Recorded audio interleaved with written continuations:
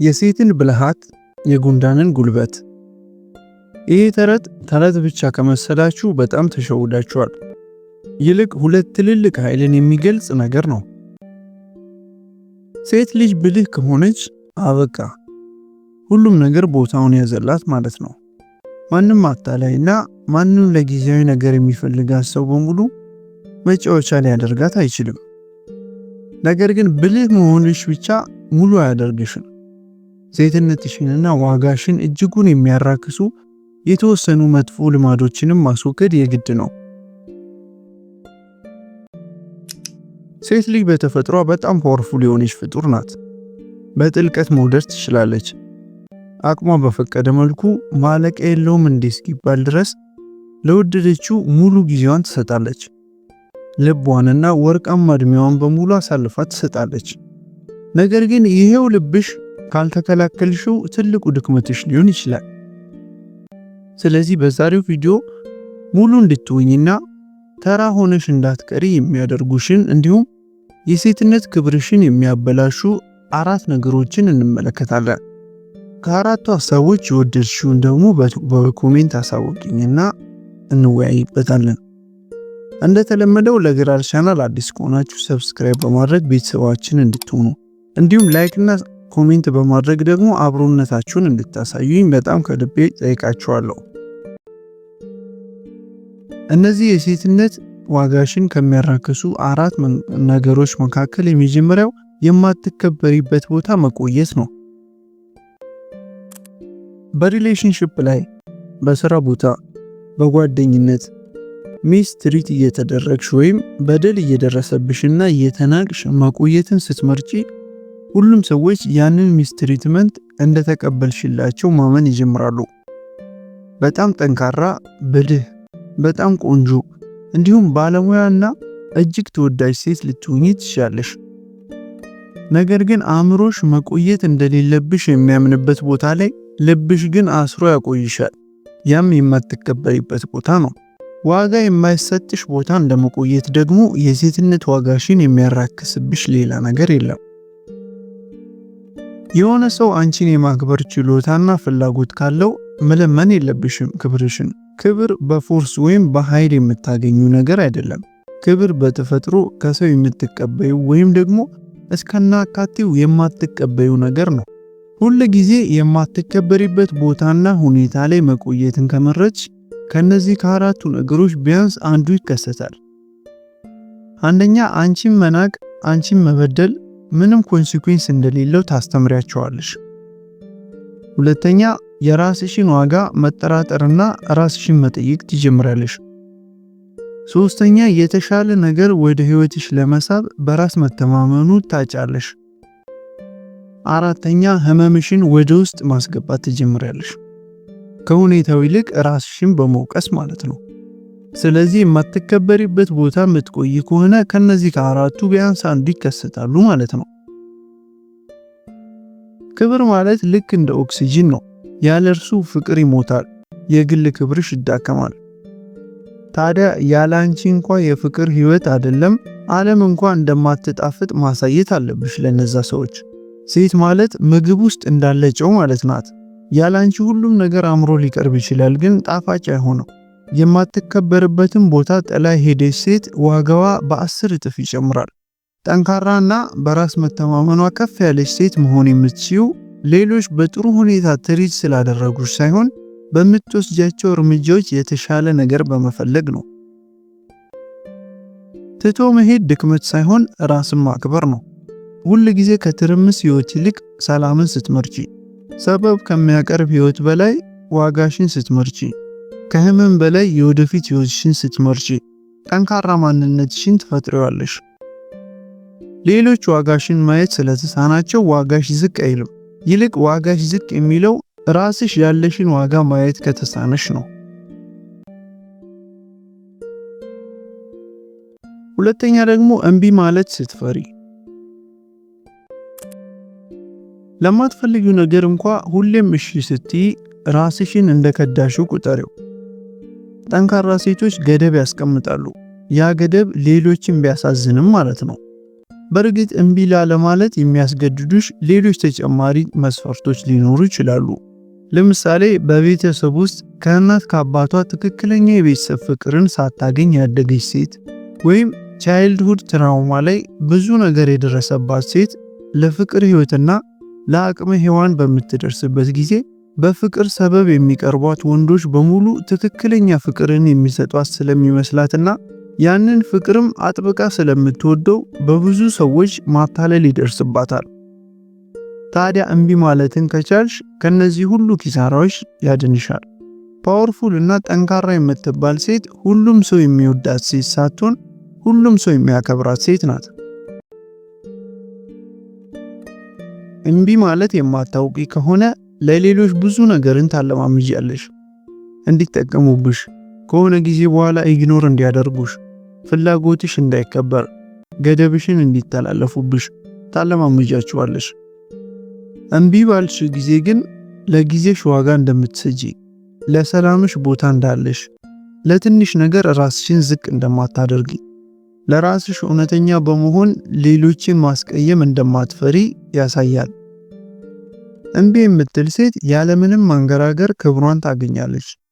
ምክንያቱም ሰዎች ራሷን የምታከብርና ለራሷ ዋጋ የምትሰጥ ሴትን ያምናሉ እና ያከብራሉ። ብዙ ዝርዝር ነገሮችን ማብራራት፣ ይቅርታ መጠየቅ፣ የጥፋተኝነት ስሜት መሰማት፣ ይሄ ሁሉ ሊሰማሽ አይገባም። ኖ ወይም ይቅር በቃ ማለት ብቻ ኮምፕሊት የሆነ ሴንቴንስ ነው። የሴት ዋጋዋ ለሌሎች በምታደርጋቸው ነገር አይገለጽም። ዋጋሽ የሚገለጸው ሰላምሽን፣ ክብርሽን እና ማንነትሽን ዋጋ የሚያስከፍሉሽን ነገሮች ለመቀበል በምትቃወሚ ጊዜ ነው።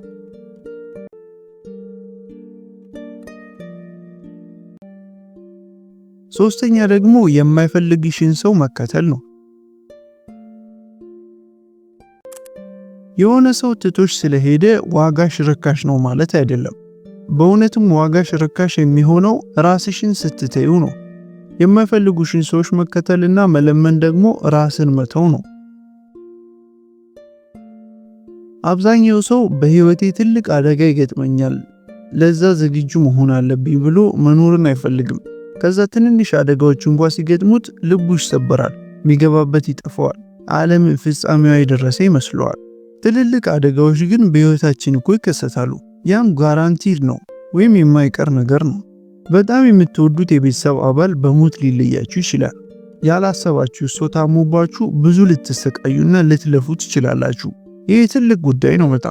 በጣም የምትወዱትና አጣዋለሁ ብላችሁ ያላሰባችሁት የፍቅር አጋራችሁ በቃኝ ከናንተ ጋር ከዚህ በኋላ ምንም ነገር አልፈልግም ብሎ ሊለያችሁም ይችላል። ይሄ ደግሞ ለጊዜው ልብሽን ሊያሳዝነው ይችላል፣ እርግጥ ነው። ነገር ግን ከሰማይ በታች አንቺ ለብቻ የደረሰ በደል አይደለም፣ ወይም ደግሞ የዓለም ፍጻሜ ደረሰብሽ ማለት አይደለም። ሰው ለጊዜው ዋጋሽን ባለማወቅ ጥሎሽ ቢሄድ አንቺም ዋጋሽን መጠራጠር የለብሽም። ዛሬ ላይ ስላስቀየሙሽ ብቻ የልብሽን በር ዘግተሽ ስለነሱ በቁጭትና በሐዘን ጊዜሽን እያባከንሽ ሌላ በጣም ጥሩ የሆነና ምናልባትም ከፈጣሪ የተላከልሽን ሰው እንዴት በልብሽ ቦታ ልትሰጪው ትችያለሽ? ሴት ልጅ ከሪጀክሽን በላይ ሰልፍ አበንድመንት ዋጋዋን ያራክስባታል። ሰዎች ከሚተዋት በላይ ራሷን ስትተው ማለት ነው። የሆነ ሰው ትቶሽ በቃኝ ብሎ ቢሄድና አንቺ ግን እየተከተልሽ ከስሩ አልጠፋ ካልሽ ዞር ብሎም አይመለከትሽም። ምክንያቱም የሰው ልጅ ዋጋ የሚሰጠው ታግሎ የሚያገኘውን ነገር ነው እንጂ ከሱ ስር አልጠፋ ካልሽ ራስሽን ማዋረድሽ ነው። ልክ እንደ ባክግራውንድ ሙዚቃ ትሆኛለሽ። ሁሌም የምትገኚ፣ ሁሌም ከኋላ የምትሆኚ፣ ሁሌም እዛው ያለሽ፣ አንድ ቀን ያስተውሉኛል በማለት ሁሌም ተስፋ የምታደርጊ ትሆኛለሽ። ነገር ግን ያን አያደርጉም። ምክንያቱም ያንን እንዳያደርጉ እያስተማርሻቸው ስለሆነ ከነሱ ስር ባለመለየት እነሱን እየተከተልሽ በመኖርሽ።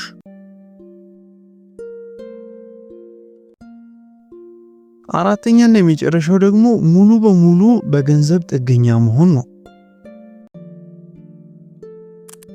ቁንጅና ወይም ፍቅር ብቻውን ሴፍ የሆነ ህይወትን የሚሰጥ ከመሰለሽ በድጋሚ አስቢበት። ሙሉ በሙሉ በገንዘብ ጥገኛ መሆንሽ ያለሽን ፓወር፣ ነፃነትሽን፣ ውሳኔ አሰጣትሽን እና ዋጋሽን በፍጥነት የሚያሳንስ ነገር ነው፣ የሚያሳጣሽም ነገር ነው። ያንቺ ፓርትነር ዛሬ ላይ ምንም ያህል ቢወድሽ ሙሉ በሙሉ እሱ ላይ በገንዘብ ጥገኛ መሆንሽ ኢምባላንስ ይፈጥራል። ስለ ህይወትሽ ማስተላለፍ ያለብሽን ውሳኔ ላይ ፓወርለስ ትሆኛለሽ ወይም አቅም ታጫለሽ። የየቀን ምርጫዎችሽን እንኳን በራስሽ መወሰን ይሉኝታ ይሆንብሻል። ያለሽ ኮንፊደንስ ይወርዳል። ያለሽ ስታንዳርድ ይወርዳል። ገንዘብ ካሽ ብቻ አይደለም፣ ነፃነት፣ ክብርና ሴኩሪቲ ጭምር ነው። ሃይ ቫልዩ የምትባል አይነት ሴት ግን ገንዘብ ነፃነት መሆኑን ታውቃለች። ነፃነት ደግሞ ክብር ነው። በእርግጥ ፋይናንሻሊ ዲፔንደንት መሆን ሁሉም ሰው ጋር መጥፎ ምላሽን አያስገኝም። ወይም በገንዘብ ሙሉ በሙሉ ሰው ላይ ጥገኛ ሆኖ መኖር ክፉ የማይሆኑበትም ሁኔታዎች አሉ። ለምሳሌ በትዳር የሚኖሩ ጥንዶች መሃል ወንዱ ፍላጎቱ ሴቷ የሙሉ ጊዜ ስራዋ ልጆቻቸውን መቆጣጠርና መንከባከብ ከፈለገ፣ በገንዘብና ተያያዥ ጉዳዮች ላይ ደግሞ መጨነቁን አቁመሽ ቤቱን መብራት ብቻ አተኩሪ ብሎ ከጠየቀና ሌላውን ነገር በሙሉ ኃላፊነት ከወሰደ ነፃነቷን የሚያሳጣትና ውሳኔዎቿን የሚያራክስባት ህይወት ላይገጥማት ይችላል። ያ ማለት በገንዘብ የሚመጣውን ነገር በሙሉ ኃላፊነቱን ስለሚወስድ ያን ያህል ጫና አያደርግባትም ወይም ነፃነቷን የሚነፍግ ተግባርን አይተገብርባትም። ምክንያቱም አምኖ ተግባብቶ የኖረው ነገር ስለሆነ። ነገር ግን ሁሉም ጋር ተመሳሳይ አይደለም ይሄ ነገር። ያለምንም የገንዘብ አስተዋጽኦ ወደ ሪሌሽንሺፕ መግባት ወይም ሙሉ በሙሉ እዛ ሰው ላይ ጥገኛ መሆን ህይወትሽን ባያሳጣሽም በቁጥጥር ስር ወድቀሽ ነፃነትሽን አጥተሽ ውሳኔዎችሽን ማስተላለፍ እየከበደሽ ልትኖሪ ትችያለሽ። ሙሉ በሙሉ በገንዘብ ጥገኛ ሆነሽ የምትመሰርችው ህይወት ጓደኞቼ የጦር መሳሪያ ስለያዙ እኔ ባሊዝም ችግር የለውም ብሎ ወደ ጦር ሜዳ እንደማምራት ማለት ነው። እዛ ደርሰሽ የፈለግሽውን ውሳኔ ሳይሆን እነሱ የሚወስኑትን ነው የምትቀበዩ። በጣም ትንሽም ቢሆን የሆነ ገቢ ብቻ ካለሽ በራስ በመተማመን ውሳኔ መወሰን ትችያለሽ።